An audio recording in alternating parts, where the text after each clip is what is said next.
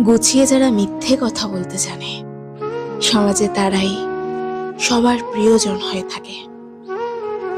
অভিমান আর অভিনয়, এ দুটো বোঝা বড্ড কঠিন। হারতে হলে এমন ভাবে হারো যেন সে জিতে গিয়েও পস্তায়।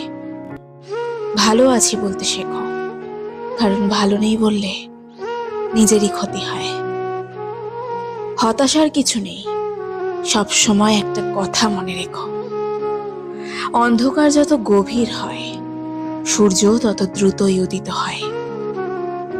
একাকিত্ব তোমায় যা শেখাবে, পৃথিবীর কোনো ভালো বই তা তোমায় শেখাতে পারবে না।